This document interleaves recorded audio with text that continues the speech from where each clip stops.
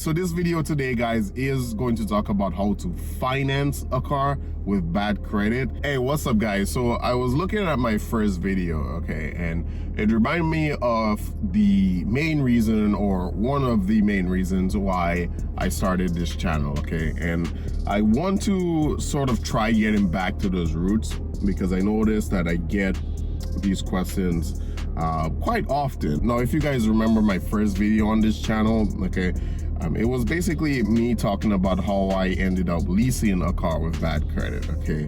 And it was really, really bad. You guys, you can go back and watch that video if you want. But basically, it was bad, and I did not expect to get a car, right? And I got my Hyundai Genesis at the time. Really nice car. I love that car. But I was so excited to get it that I wanted to come on and tell everybody, how I did it, because I knew there were other people, in the same boat as I am, or a similar situation, Even if the other video was about leasing a car, this is sort of an updated video to that.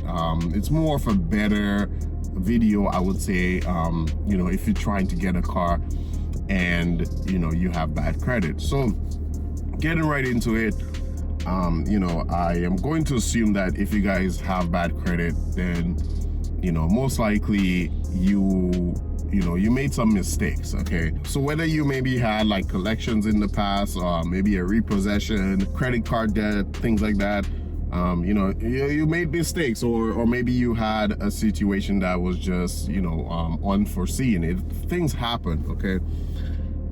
But when these things happen, unfortunately, it affects you for a long time in the future. And for me, it affected me for a while before I could start getting the cars I wanted again. So getting into this video on how to finance a car with bad credit. So the first thing I would say, guys, is if you have anything like collections, you definitely want to take that off first, okay?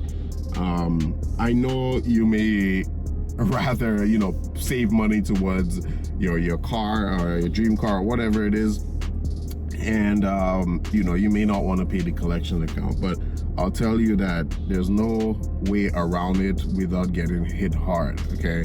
So pay off the collections if you can. A lot of collection places, they like to settle for a less amount, okay? So like, for example, I remember I owed a phone company, okay? And I think initially the collections account, they wanted like about 300 something or 200 something, I can't remember, but in the end, I think they wanted to settle for like $99 or something like that.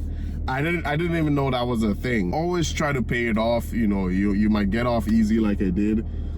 And the collections is like a big roadblock when it comes to financing a car. Another thing too is credit card debt. Again, I know you may want to put the money towards your car, but pay that down first. It may feel like you're losing the money that's meant to go to your dream car, but trust me, it's not.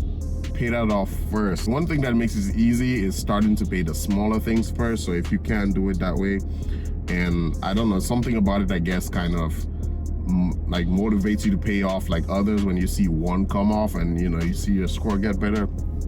But get that out of the way first. Now, let's say you don't have collections, okay? You paid off your credit card debt, but your score is damaged, of course. It doesn't just automatically shoot back up like all the way, okay? You have to rebuild. So let's say you are in a rebuilding phase, right?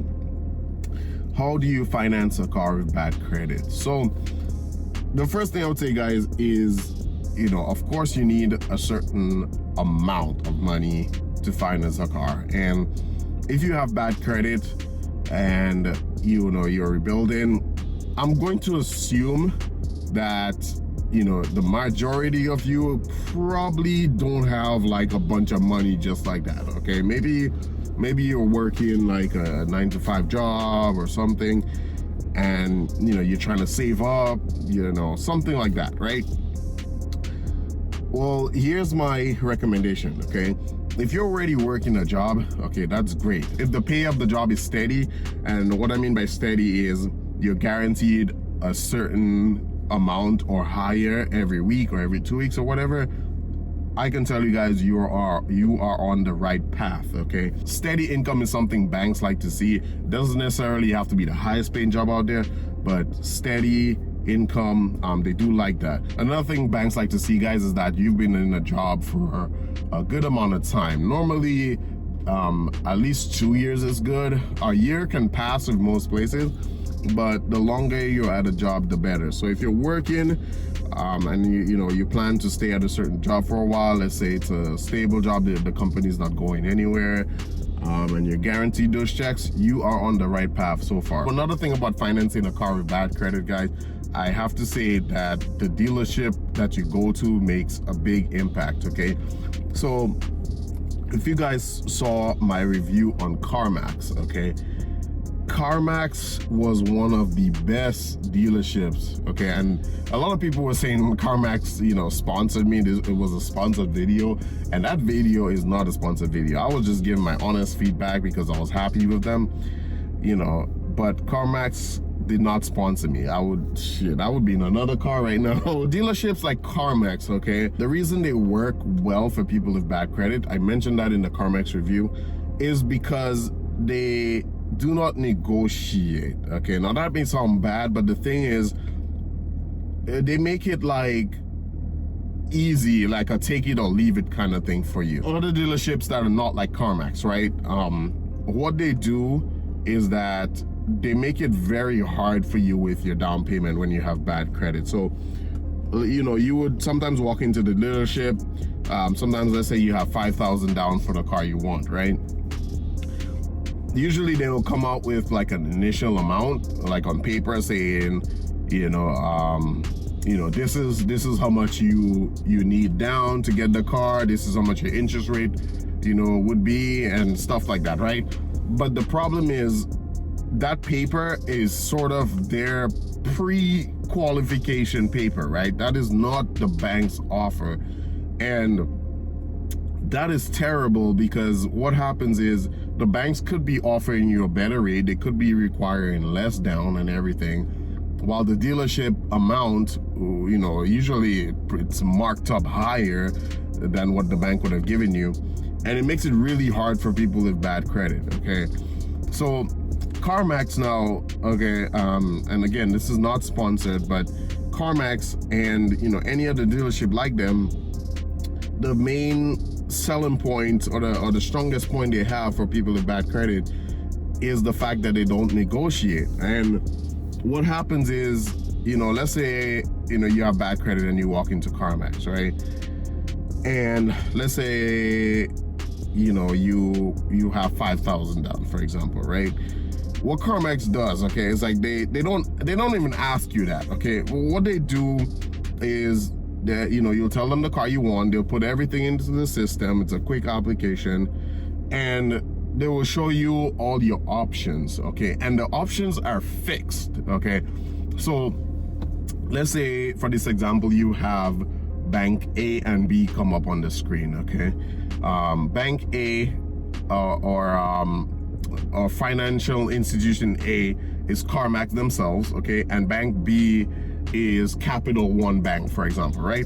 So, it'll come up on the screen with fixed options, right? So let's say A for CarMax is telling you your down payment needs to be $6,000, just for an example, right? And Bank B, Capital One, is telling you your down payment needs to be $500, right? So the good part about this is once you see those numbers, they're basically telling you, hey, if you have that down payment, okay, you can get the car, okay? They also show you your interest rate right there with the down payment, okay? So let's say it's like 10% or 5%, whatever. It's right there, okay, on the screen, and they're basically telling you, take it or leave it, okay? So what's good about that is, let's just say you don't have $6,000 down if you were going with CarMax, right? Or let's say you didn't even have the 500, right? Just as an example. what it does, it gives you an idea of where you stand, okay? And they're also telling you that, you know, like, basically once you have that, if you can get that, you know, that's it. The rest of the process is already done. All right, and it's just a matter of whether you're comfortable with accepting those terms, that down payment and that interest rate.